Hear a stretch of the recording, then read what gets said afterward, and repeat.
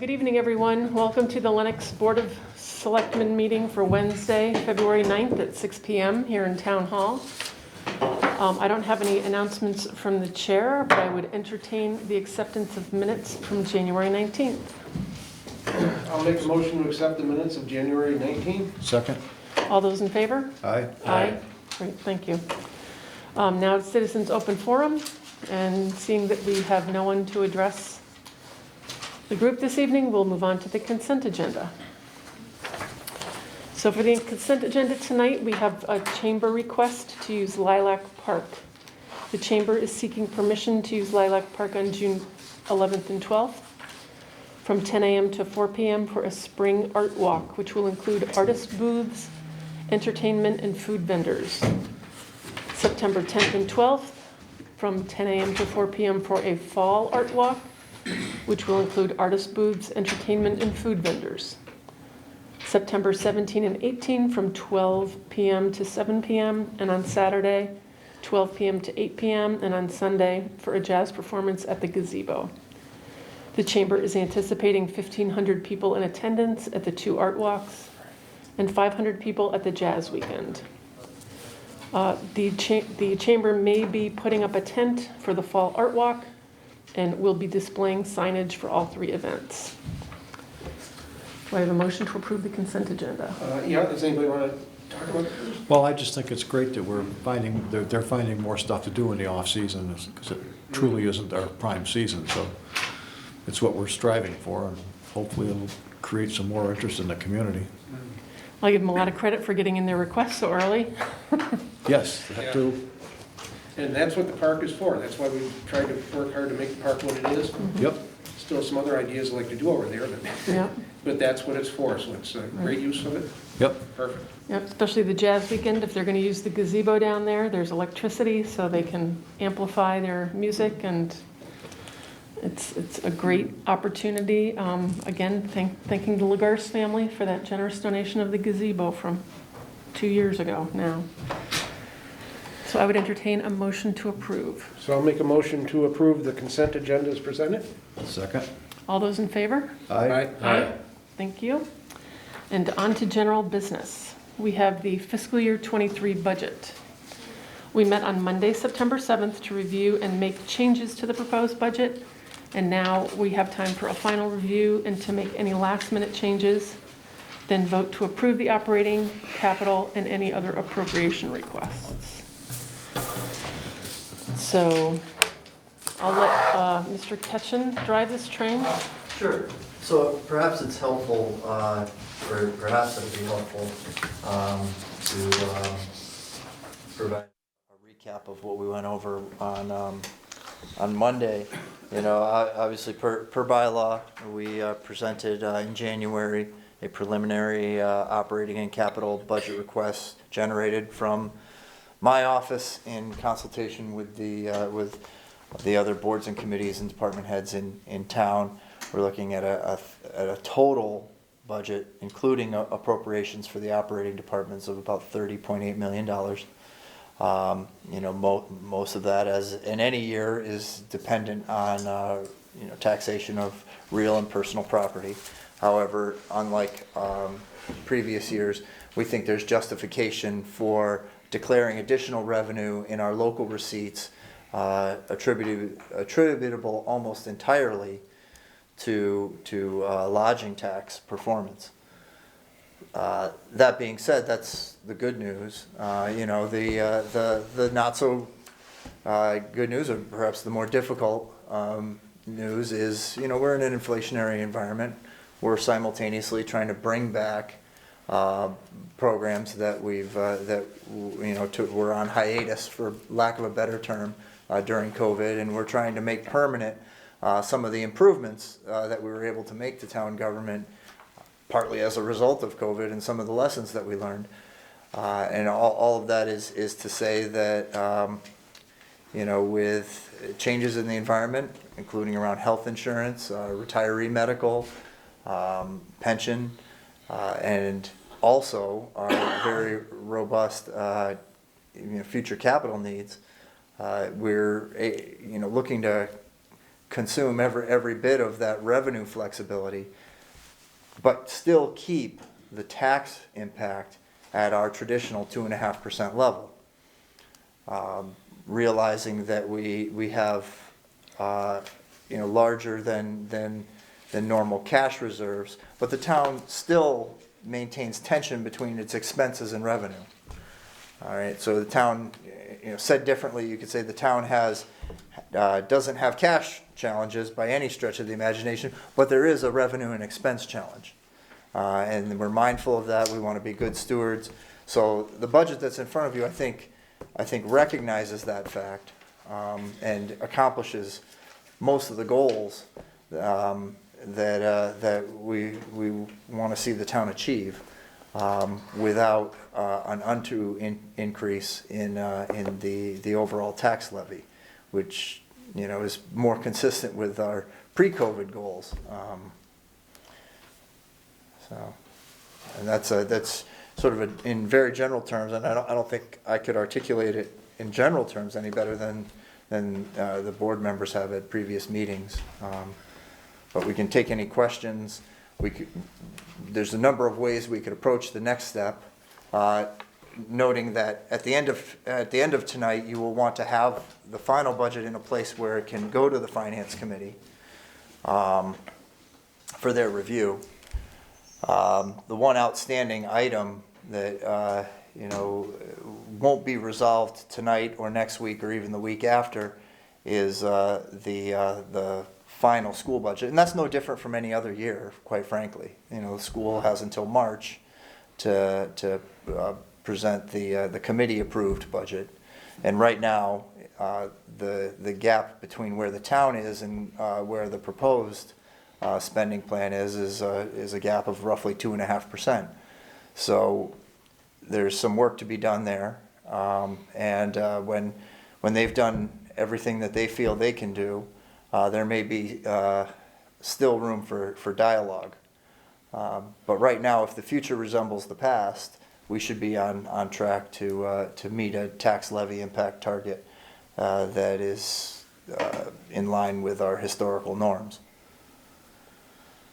I think there were a lot of competing increases this year, and we were very fortunate to have the rooms and meals tax come in above what the anticipated rates were for the first 2 quarters. So, the challenges with benefits, the new debt service that we've taken on, the increases in the puts and takes between public safety and, some of the other smaller increases with regard to inflation throughout the budget. I think you've done a very good job in managing these increases and getting us to a good point with this budget. Would anybody like to discuss any items that they'd like to see move at this point in one direction or another?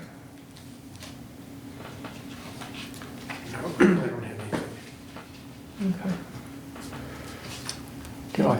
I think we worked it out. I think Chris has done a great job putting together a budget coming out of the last 2 years, something that is not going to overly burden the taxpayers and yet satisfy the needs of our various departments, making the assumption that the school committee can help or can somehow reconcile with our recommended increases. I think it's good. I think we talked about trying to maintain parity in raises between all town departments, including schools. So those are the comments I had the other day, and they continue to be my comments, and I thank you very much for the effort you put in for this. You say it over and over again about the parity between general employees and school and everything, and you can't say it enough. It's so true. That's what we have to be aware of, and I hope our... We value the position of everybody in this town, and all work hard. Some have different qualifications than the others, but they do work hard, and whatever we negotiate has to be on a level playing field. Right. Yeah, very, very important, because a lot of people made a lot of sacrifices during COVID, throughout every department in the town, and you know, it was a very difficult time for everyone. I know it was very difficult for the teachers with the remote teaching, but parity is an important component of collective bargaining throughout the town. It was so. particularly difficult for the folks who had to still come in, our emergency services and the DPW and others. So they weren't afforded the opportunity to work from home. They had to come in and serve the community. So, you know, that's extremely important that we keep that in mind too. Exactly. Warren, do you have any puts or takes? No, I agree with David. These have been tough times, certainly, and for a lot of reasons. But and Christopher's done a wonderful job. He's putting together a lot of competing issues and coming up with, I think, solutions to all of the problems, and including the COVID issue. And as always, and it's been my experience in all these years on the board, our town employees, excuse me, have done a tremendous job in working together and keeping the outfit in good shape, money-wise and beyond that, morale-wise, it's been a wonderful experience. Okay, so I know there were a couple of issues that we had discussed earlier. One of them being the Opeb budget, which we use to put aside pension benefits for the town. And we have a line item in here for $250,000, and I know that was a topic of discussion on Monday. I didn't know if anyone had any modifications they'd like to make. Well, as we discussed, we wanted to take free cash, another $250,000 was what we discussed, and put that into OPEB. Okay. We have, the reason our free cash is higher than it should be, but free cash isn't used for everyday expenses. It's used for those extraordinary expenses that we have to take care of. And I think this is a good way to get our obligation back on track, because we always did $500,000. So it's getting that back on track where it should be. Great, okay, I think that's a good idea. Especially since we did zero it out during the first year of COVID with the great unknowns that we had that first year. So that's terrific. So I would entertain an amendment to the budget in that line item. I'm not even certain where it is. Warren, you have? Under the operating budget, Yeah. the capital plan, under miscellaneous articles, I think that is where we saw that would go. Yeah, that's where we could do it. 250,000. Okay, all those in favor? Aye. Aye. Great, thank you, gentlemen. Thank you. And that was free cash. Yes. For OPEB, okay, great. So that was for a single line item. Now, we've had some discussion of this. We had a significant discussion Monday of the operating capital budget for fiscal year '23. I would now entertain a motion to pass the budget with this amendment. I move to approve the fiscal year 2023 operating and capital budget request as amended and to forward it to the Finance Committee for their review. Second. All those in favor? I don't know if we want to have some further discussion on that. You know, one thought that came to my mind as as everyone was talking, you know, one of the things to remember about the movement of Warren's amendment that Dave seconded, moving free cash to the OPEB trust, is the fact that our cash pool is highly limited in terms of what we can gain as a return, and the only exceptions to that rule are in our trust accounts.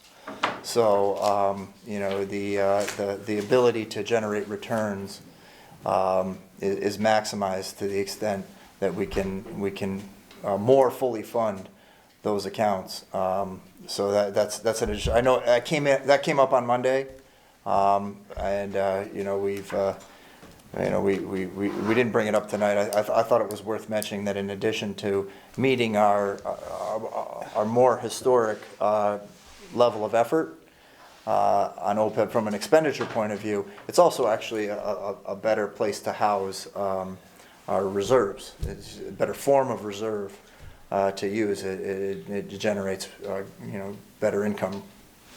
Which is always positive. And one thing, along with that, we have to remember that this account, or any other account like that, this is a one-time expense, or not a one-time expense, but it's appropriated every year. It's not built into the budget. So if next year, as it did the last couple of years, things got tough, okay, we can lower that. We can adjust it as we need. So that's a, you know, that's an important point to remember. And I want to recognize that Neil Maximilian's joined us, and thank you very much. It's good to have you here for this budget vote. Thanks, Meredith. I apologize to everybody. I don't know how to, I mean, when I lived in New York City, traffic out of the city was kind of normal, like you expected it. Boston, you just can't predict. It's different every time. Yeah. But Mass Pike. Up to this point, I mean, we did amend just before you read the OPEB Yeah, budget up to understood. 5. We had talked about that. Yeah. Kristen, on Monday, you said there was a second alternative that you had for earning a better return on our free cash in addition to OPEB. Yes. So also, you know, we could argue that at some point, and I don't know if it's at this town meeting or it's a part of this budget or at a special town meeting, if we find that free cash or reserve levels continue to be for lack of a better word, problematic, you know, in terms of their size. You know, there is the option of forward funding some of our pension obligation as well.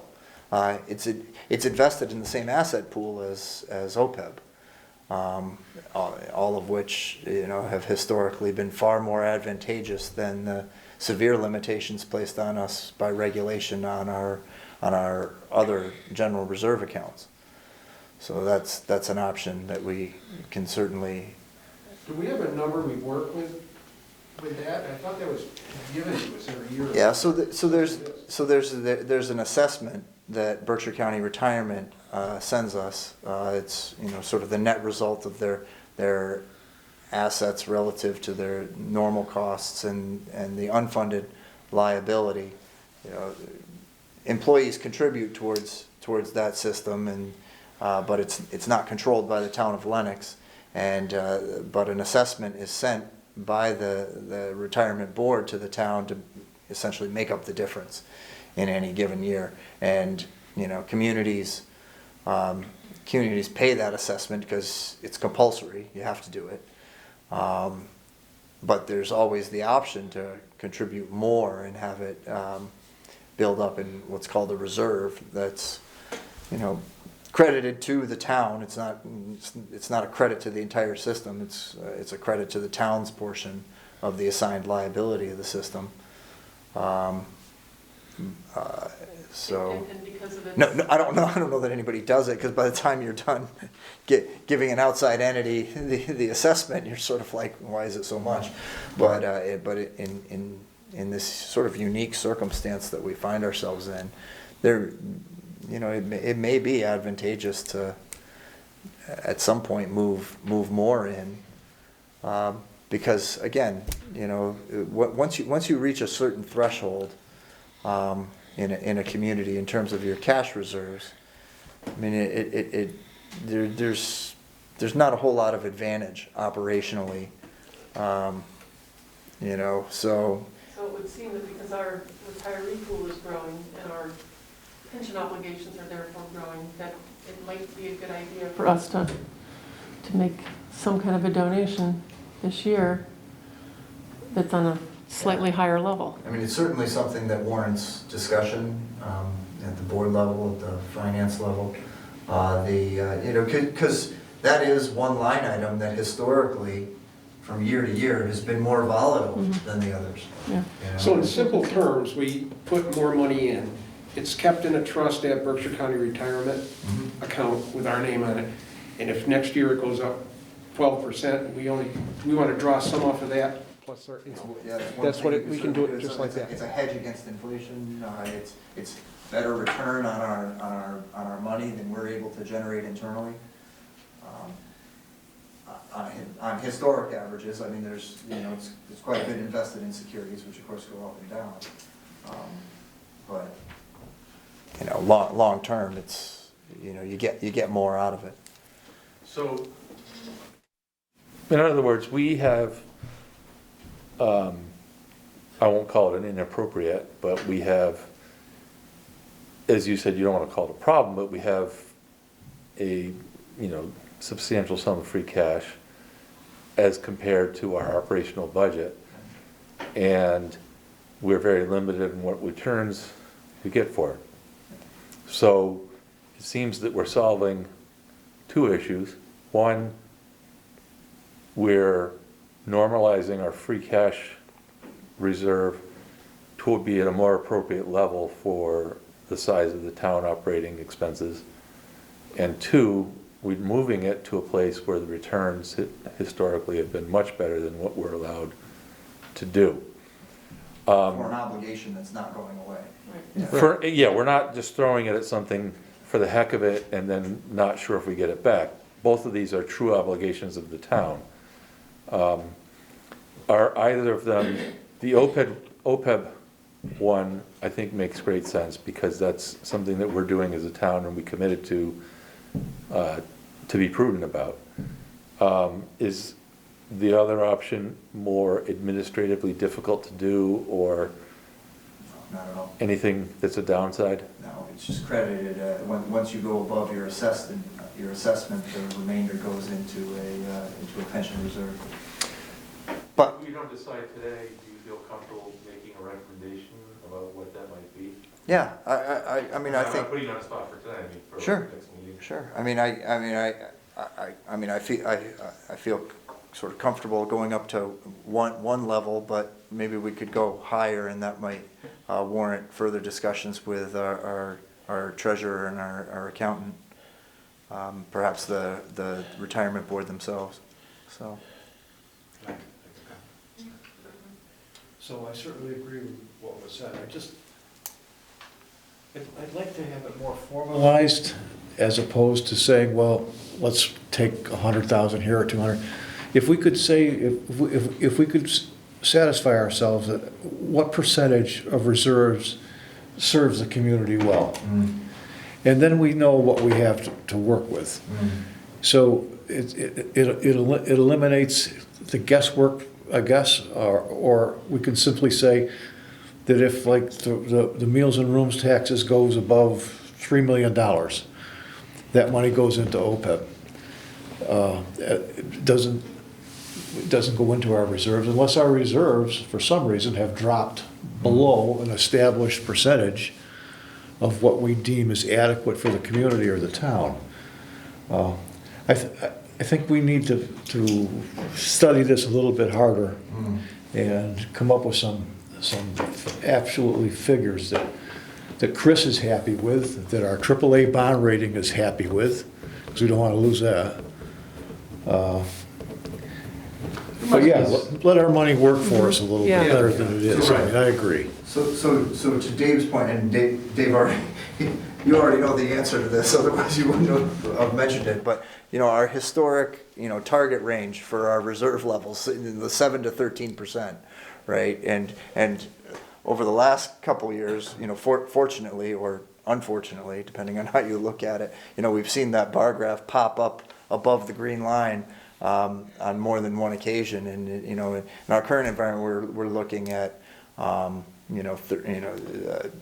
16%, which is 3% above the upper range for that for what we've determined is a suitable reserve level for AAA credits in Massachusetts. So it's but to break it down, I guess that's what I'm asking for, and is maybe some time to break it down and into some formalized percentage, the way Dave was just describing. Okay, so we can discuss that at a meeting in the future. And I'm going to have to figure out how to amend this, because you walked in just as we were voting, Neil, on the FY23 operating and capital budget, and everyone, I just want to give you the opportunity to join in on this. Everyone had, Ed had moved to approve the FY23 operating and capital budget request as amended and to forward it to the Finance Committee for review. It was seconded by Dave, and then all of us were in the midst of saying aye as you walked in the room, so I'd like to give you a chance to join in that. The only difference or change we made was to put the extra 250,000 in. Yeah. Yeah. Yeah, so I derailed the conversation, and I apologize It's for that about. quite all asking right, for the, no. You know, where the other options are. So I think, Mary Beth, a future discussion might be, what are some guidelines to use with free cash? I mean, free cash is not a bad thing. We're happy and lucky that we have it. Exactly. But, you know, perhaps down the road, we say that we think we should cap it at 16%, which is the, 13%, which is the upper percentage of a AAA bond town. And when there's above 13%, we allocate whatever the margin above 13% is to these, and we'll have what choices we have. Maybe there's even more than 2 choices or whatever. You know, so we can have a future discussion on that. I thought the discussion went well on Monday. I was very happy with the budget presentation, and your amendment makes perfect sense.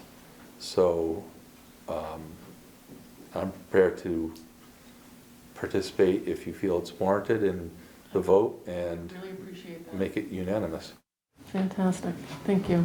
Okay, it is unanimous that we are sending the budget on to the Finance Committee for review. Okay, I made the motion, we didn't actually vote, though. Okay, well, we were kind of in the middle of it, actually. You had made the motion and Dave had seconded, and I said, all those in favor, and Neil walked in, so, Aye. We all voted Yeah. aye. Okay. so I was like, Sorry about that. that's okay, that's okay. I was, you know, in another place in my head, or I would have paid more attention to the footsteps. I called Chris and I said, Chris, song and dance and just a little bit. You know,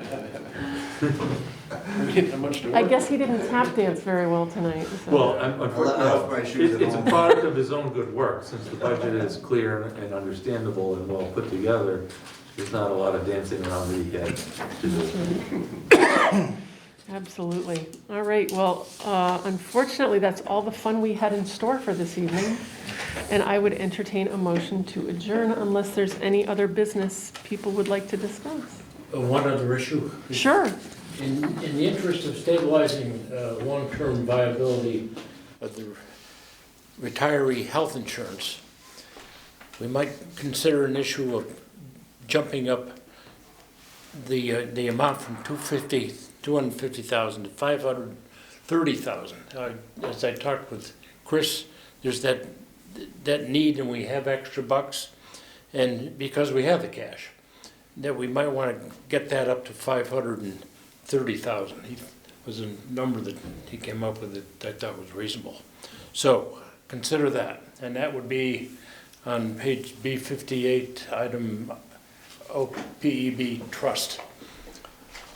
So this would contemplate, rather than, so you're referencing the one at the department level, doing a bump up in FY23, as opposed to through the articles, which is what the board just did, and that's certainly an interesting way to do it on both sides of the fiscal year. That's something that might be worth considering at a subsequent meeting also. Can you explain that again? So when you amended the budget, you did it through the special articles, the miscellaneous articles, which is totally fine. You could actually give yourself credit in FY '22 for an OPEB contribution by doing it that way, or you could wait to FY '23.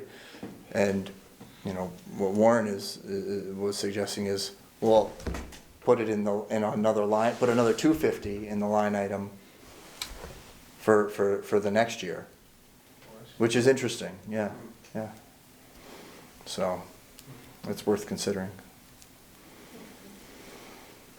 So that would be line item, that's 5636. That would be Okay. hypothetically if you were to do that. Okay. Okay, great. Well, I think that's a great point of discussion for the next meeting. Super. That's terrific. So we can do that and the guidelines for use of free cash. Otherwise, our next regular calendar meeting will be Wednesday, February 23rd at 6 p.m. And I would entertain a motion to adjourn. So moved. Second. All those in favor? Aye. Aye. Thank you.